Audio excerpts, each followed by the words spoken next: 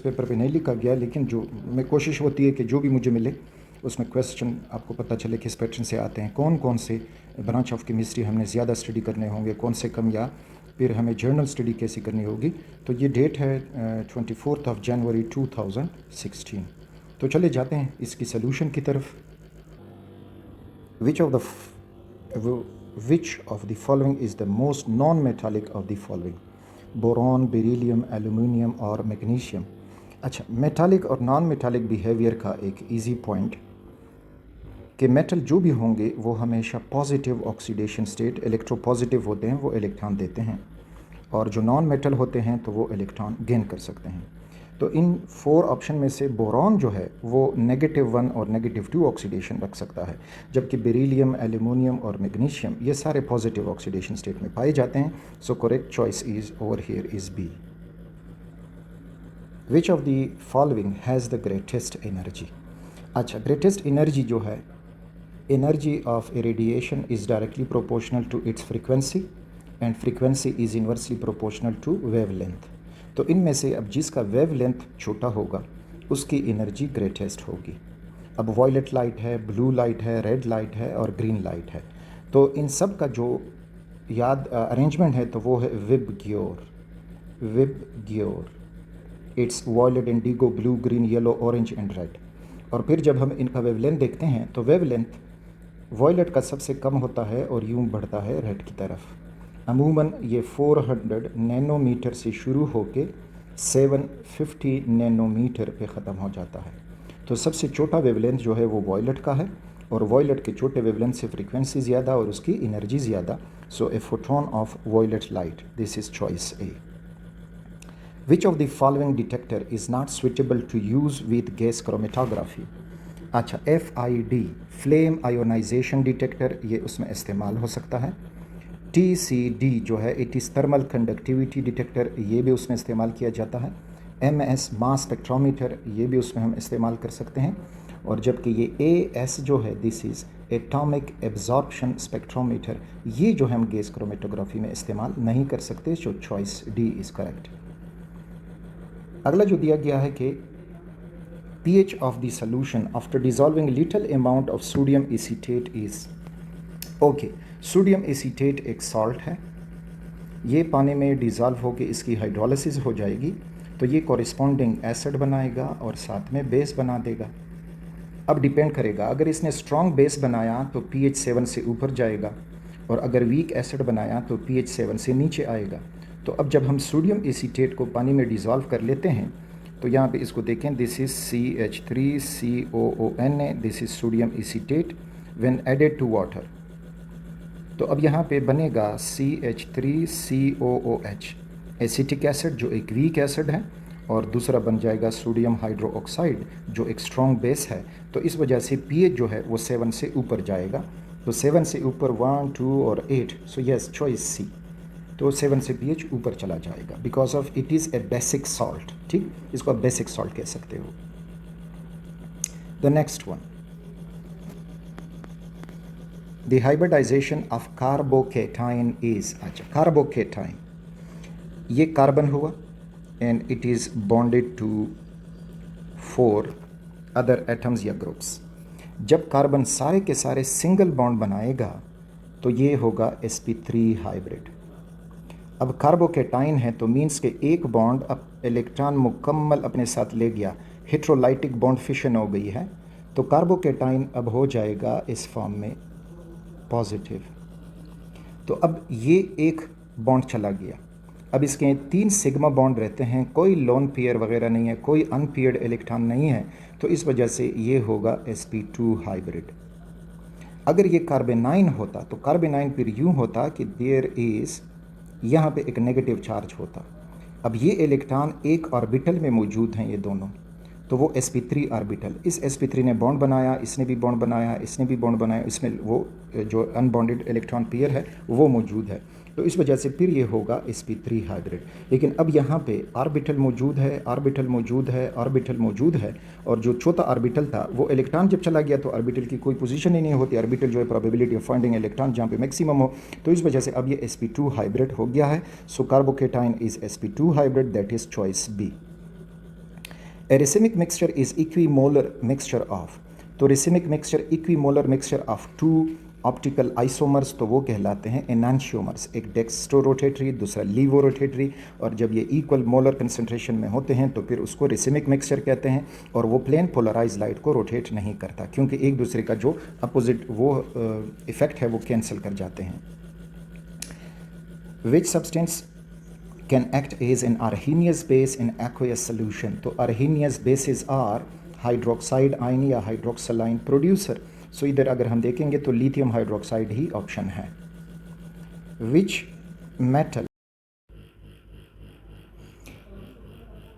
Metal can replace chromium in formula Cr2O3। अच्छा, replacing का मतलब अब क्या है, मीन्स के इसके साथ जो दूसरा हम मेटल मिलाएंगे, for example this is that metal M, तो ये क्या हो जाएगा कि ऑक्सीजन मेटल से मिलेगा, यानी M और ऑक्सीजन लग जाएगा जो भी उसका फार्मूला बनेगा, और क्रोमियम यहाँ से निकल जाएगा। तो इस यहाँ पे एक्चुअली क्या हुआ, क्रोमियम जो था इधर इसका ऑक्सीडेशन स्टेट अगर देखोगे तो ये +3 था, यहाँ पे क्रोमियम ऑक्सीडेशन स्टेट में 0 में चला गया है। जब एलिमेंट हो एलिमेंटल फॉर्म में तो उसकी ऑक्सीडेशन स्टेट 0 होती है, तो मीन के क्रोमियम ने 3 इलेक्ट्रॉन गेन करके वो रिड्यूस हो गया है। तो अब हमें ऐसा मेटल इनमें से ढूंढना होगा जो इलेक्ट्रॉन देने में पावरफुल हो, यानी जिसका ऑक्सीडेशन पोटेंशियल ज़्यादा हो और क्रोमियम का रिडक्शन पोटेंशियल उससे ज़्यादा हो, तो वो मेटल क्रोमियम उससे इलेक्ट्रॉन निकलवा सकता है और क्रोमियम यहाँ पे रिप्लेस होगा। अब जो हमें दिए गए हैं एल्युमिनियम, कॉपर और लेड, तो अगर हम इलेक्ट्रोकेमिकल सीरीज़ की तरफ चले जाएं तो इलेक्ट्रोकेमिकल सीरीज़ में ये हाइड्रोजन है जिसको 0.00 वोल्ट लिया गया है। इसके ऊपर जितने भी हैं रिडक्शन पोटेंशियल उसका नेगेटिव हम लिखेंगे, और नीचे जो है उनका रिडक्शन पोटेंशियल जो है वो पॉजिटिव है। ऊपर वाले इलेक्ट्रॉन देते हैं, नीचे वाले इलेक्ट्रॉन लेते हैं। तो अब यहाँ पे कॉपर जो मुझे याद है वो तो हाइड्रोजन के नीचे है, ठीक, ये इलेक्ट्रॉन लेगा, क्रोमियम इससे इलेक्ट्रॉन नहीं ले सकता। लेड और एल्युमिनियम को देखोगे तो लेड फिर हाइड्रोजन के ऊपर मौजूद होता है और उसके ऊपर फिर क्रोमियम है, और क्रोमियम के ऊपर फिर जब आप देखोगे सो यू विल गेट जो है एल्युमिनियम, ठीक। अब क्रोमियम एल्युमिनियम से इलेक्ट्रॉन निकलवा सकता है, लिड से नहीं क्योंकि लिड नीचे है। कॉपर से भी नहीं निकलवा सकता, वो तो मज़ीद नीचे है। तो an element above can reduce an element below, ये साथ में याद रखें, an element above can reduce an element below, and an element below can oxidize an element above in the electrochemical series। तो यहाँ पे एल्युमिनियम अगर इससे हम इसका रिएक्शन करवाएंगे तो ये हो जाएगा, यानी दिस इज़ क्रोमियम ऑक्साइड और यहाँ पे एल्युमिनियम रिएक्ट किया, so we will get Al2O3 और इस तरह से क्रोमियम निकल जाएगा। बैलेंस करेंगे तो यहाँ पे 2 एल्युमिनियम चाहिए, यहाँ पे 2 क्रोमियम हो जाएगा। The next, which process converts an atom from one element to another when the nuclei of given atom is bombarded with high energy particles। अच्छा, एक होती है आर्टिफिशियल रेडियो एक्टिविटी, दूसरा है नेचुरल रेडियो एक्टिविटी।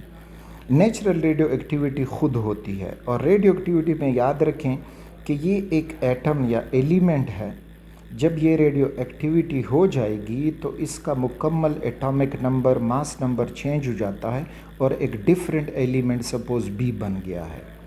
अब artificial transmutation भी उसको हम कह सकते हैं।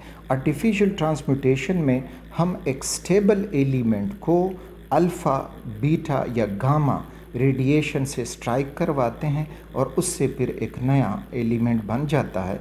तो artificial transmutation is the answer. Which compounds are isomers? Isomers having same molecular formula।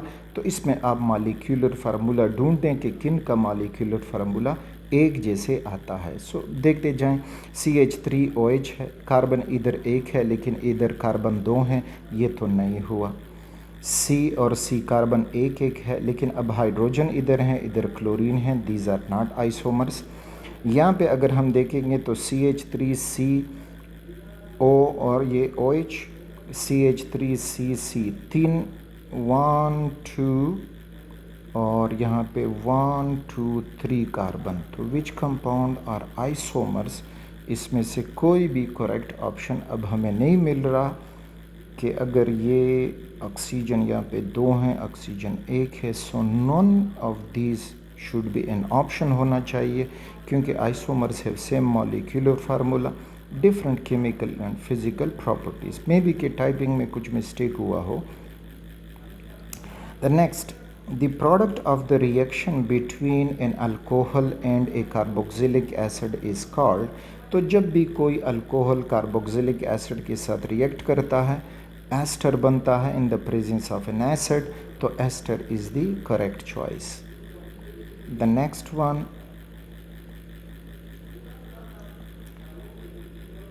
the carbon atom in ethyne C2H2 are said to be sp hybridized, sp3 hybridized, sp2 hybridized।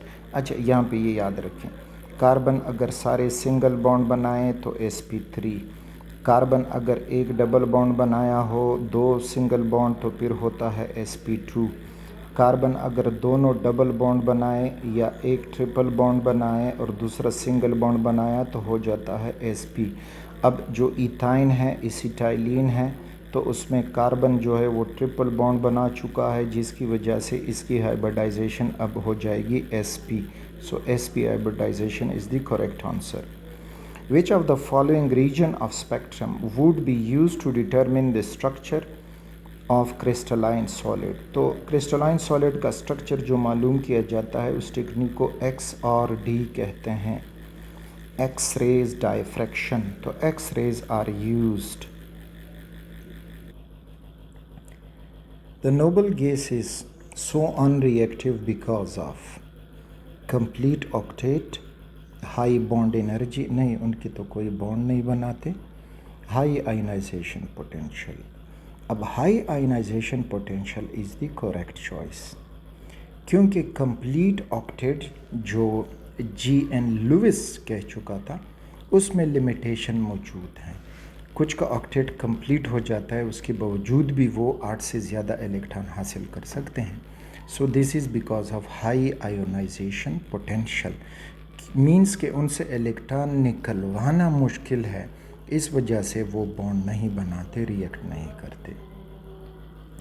Fluorine fluorine bond energy is less than chlorine chlorine bond energy because of.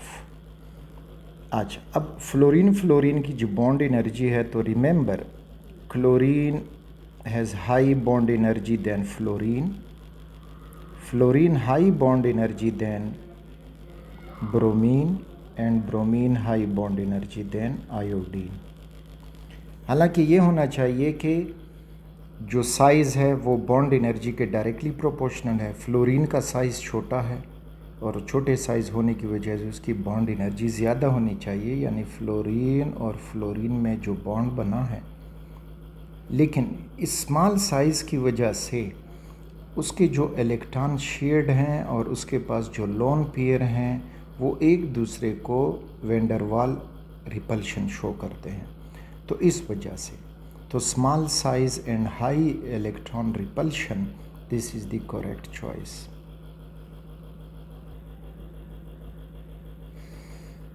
The maximum number of electron in sub energy level L is equal to 3R।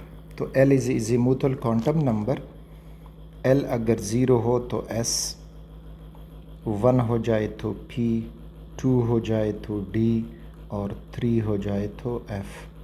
तो F, अब F में जो है 7 orbitals होते हैं और 7 orbital में 14 electron समाएंगे।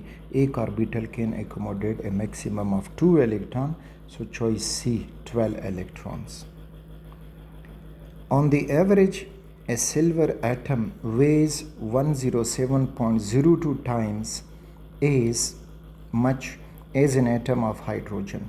Using 1.0079 AMU as the atomic weight of hydrogen, the atomic weight of silver in AMU is. कहते हैं कि एक हाइड्रोजन हो, 1 हाइड्रोजन, 12 हाइड्रोजन हो, 12 हाइड्रोजन हो तो वो एक सिल्वर एटम का मास हो जाता है। अब अगर हाइड्रोजन का AMU 1.00 है तो सिल्वर का एटॉमिक मास या एटॉमिक वेट क्या हो जाएगा? तो हम क्या करेंगे कि 12 और एक हाइड्रोजन का जो एटॉमिक मास है दैट इज़ 1.0079, इससे मल्टीप्लाई करेंगे तो हमें एक सिल्वर का जो एटॉमिक मास है वो मिल जाएगा। और जब आप ये मल्टीप्लिकेशन करोगे तो यू विल गेट 107.86। ठीक, सो दिस इज़ दी 107.86। ये m इस तरह टाइपिंग से कुछ लिखा गया है, सो this is the choice. The number of silver atoms are present in a piece of silver jewelry weighing 38.7 gram. The silver jewelry contains 92.5% silver by mass.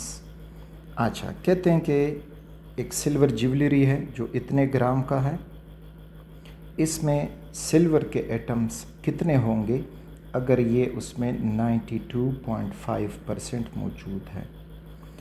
तो अब सॉल्यूशन थोड़ा लेंथी कैसे कि हमें मास ऑफ सिल्वर चाहिए, मास ऑफ सिल्वर से फिर हम इसके मोल्स मालूम करेंगे और मोल से फिर हम इसके एटम्स फाइंड करेंगे। तो इस तरह से थोड़ा सा लेंथी।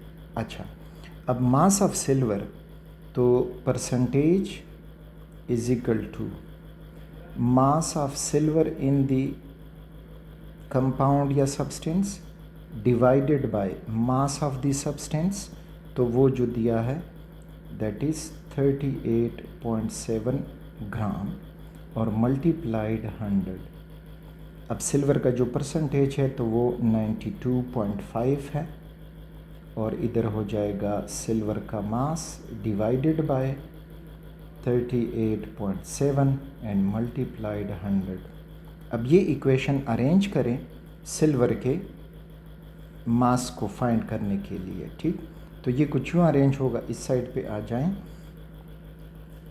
कि ये हो जाएगा 92.5 मल्टीप्लाइड ये जो मास है 38.7 एंड डिवाइडेड बाय 100।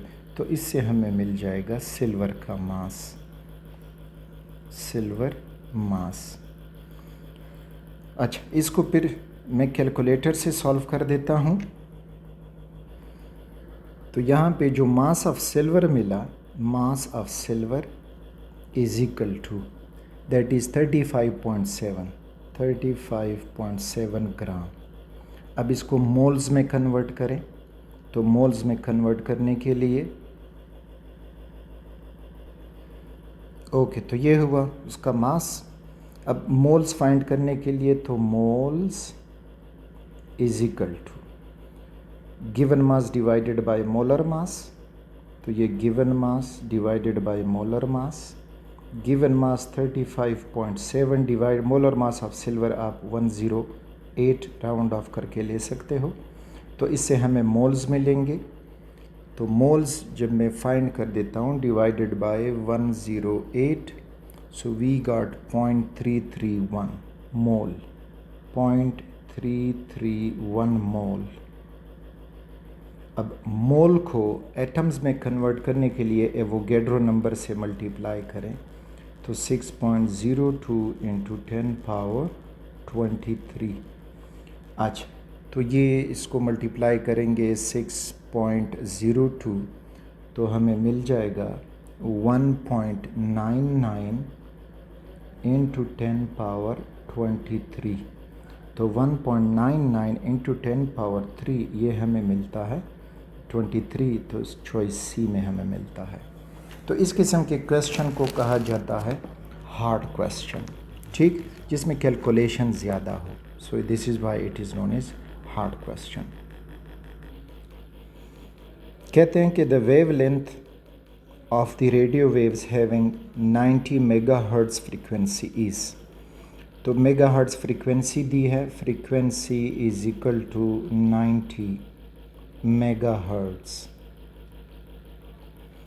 फ्रीक्वेंसी से हम वेवलेंथ अगर फाइंड करेंगे तो frequency is equal to C by lambda, या हो जाएगा lambda is equal to C by frequency.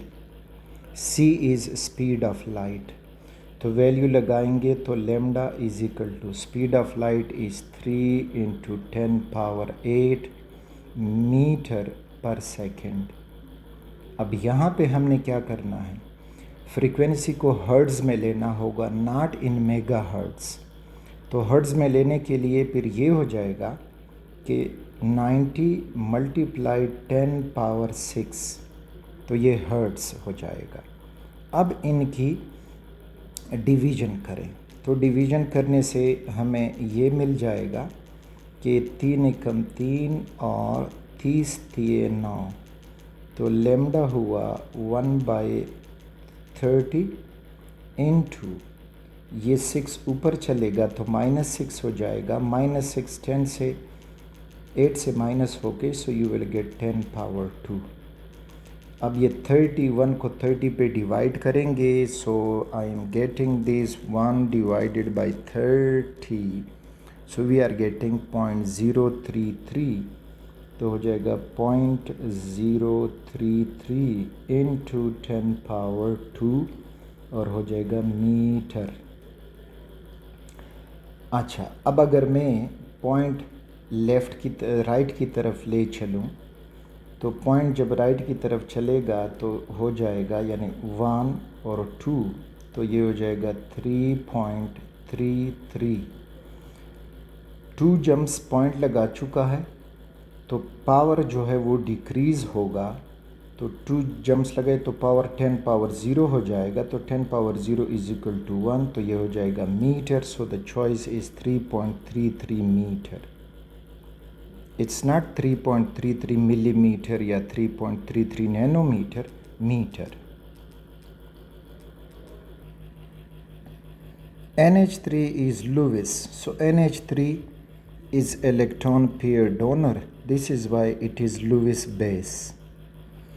The octahedral complex having sp3d2 hybridization is called is dash orbital complex. अच्छा, outer, inner या octahedral complex is outer d orbital। देखें, अगर ये inner होता तो फिर इसको लिखते D2sp3 हाइब्रिडाइजेशन, लेकिन अब चूँकि अब ये है कि ये sp3 और D2 हाइब्रिडाइजेशन है, so it is outer d orbital complex.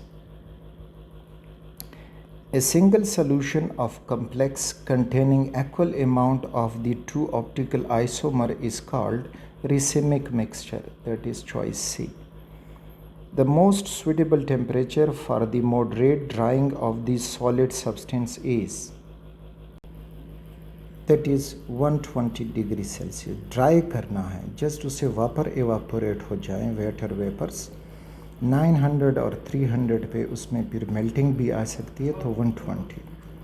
Sulphuric acid is a dash acid, it is oxy acid, remember oxy acids. Ignition of iron 3 hydroxide to give iron 3 oxide is called। अच्छा, अब यहाँ पे आपको ये मिलेगा कि जो आयरन 3 हाइड्रोक्साइड है उससे वाटर हाइड्रोजन रिमूव हुआ, साथ में ऑक्सीजन भी निकल गए, तो मीन्स कि it is dehydration, not evaporation, not volatility, dehydration, removal of water हुआ है। ऑर्गेनिक कंपाउंड कोलेस्ट्रॉल इज़ तो कोलेस्ट्रॉल सारे जो हैं स्टीरॉइड्स हैं, स्टीरोल्स और steroids.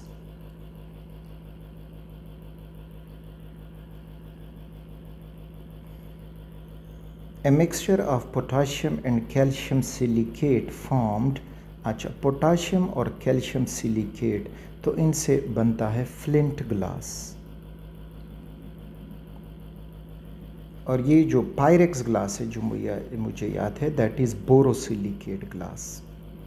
Air pollution is caused by, carbon dioxide already मौजूद है एटमॉस्फेयर में, वाटर वेपर्स भी मौजूद हैं, हाइड्रोकार्बन इतने ज़्यादा उसमें मौजूद नहीं हैं, लेकिन अगर मौजूद हैं सो दे आर फ्लोरोकार्बन्स, तो इनसे जो है एयर पोल्यूशन काज होता है। Who was the first scientist to arrange elements in different categories? तो रिमेंबर पीरियोडिक टेबल की अगर हम हिस्ट्री देखते हैं तो अल-राज़ी एक जो था उसने मेटल और नॉन मेटल में क्लासिफिकेशन की।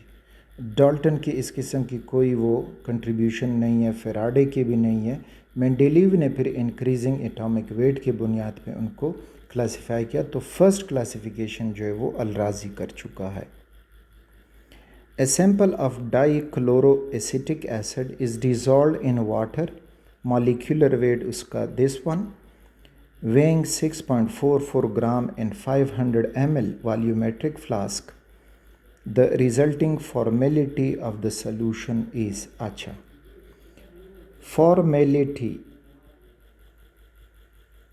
formality is gram weight formula, gram weight divided by liter of solution. Gram weight इसको आप मोल्स भी कह सकते हो, ठीक। तो अब जो आयोनिक सब्सटेंसेस हैं उनके लिए फॉर्मेलिटी लफ्ज़ इस्तेमाल करते हैं, और जो कोवेलेंट सब्सटेंसेस होते हैं तो उनके लिए नॉर्मेलिटी, मोलरिटी और फॉर्मेलिटी एक जैसी होती है। Molarity is equal to formality for covalent substances. तो इसमें अगर हम फॉर्मेलिटी मालूम करेंगे तो मोल्स ऑफ एसिटिक एसिड निकालेंगे और उसको 500 ml उसको लीटर में कन्वर्ट करके इस्तेमाल करेंगे। तो मोल्स ऑफ एसिटिक एसिड जब हम कैलकुलेट करेंगे, moles is equal to given mass that is 6.44 divided by molar mass उसका 118.94। इसको मैं कैलकुलेटर से कर दूं ताकि टाइम हो जाए कम। तो 6.44 divided by 118.94 we are getting 0.054 mole, 0.054 मोल।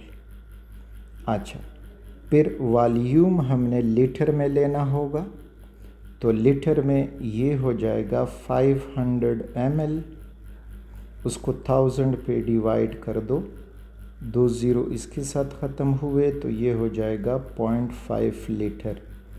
अब फॉर्मेलिटी अगर हम मालूम कर रहे हैं तो मोल्स वो हैं 0.054 डिवाइडेड बाय 0.5, तो ये हो जाएगा डिवाइडेड बाय 0.5, तो 0.108, 0.10, तो 0.10, 0.59, 1.09 पॉइंट ये इसके साथ मैच कर रहा है, ठीक। बस इसमें ये था। फॉर्मेलिटी जो है एक कंसंट्रेशन यूनिट है जो कोवेलेंट और आयोनिक कंपाउंड के लिए इस्तेमाल होती है। कोवेलेंट कंपाउंड की जो फॉर्मेलिटी होगी वहीं उनकी मोलरिटी भी होगी। Which of the following instrument must be used to measure the optical activity of compounds? That is polarimeter. KSP value is constant 8 particular. तो रिमेंबर, जितने भी ये कांस्टेंट्स हैं केमिस्ट्री में स्पेशली, चाहे वो Kc है, Kp है, तो ये सारे इक्विलिब्रियम कांस्टेंट्स हैं और equilibrium constant can only be affected by change in temperature. तो Kp value is constant at constant temperature, Ksp is constant temperature, Kc is constant at constant temperature.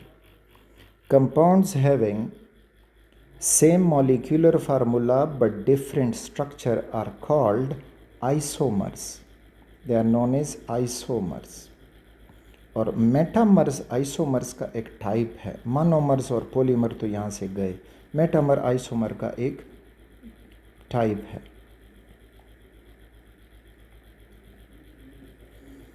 Which of the following possesses linear geometry?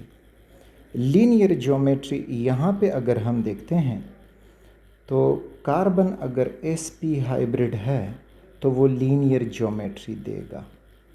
Carbon अगर sp2 hybrid है तो फिर वो trigonal या trigonal planar geometry देगा।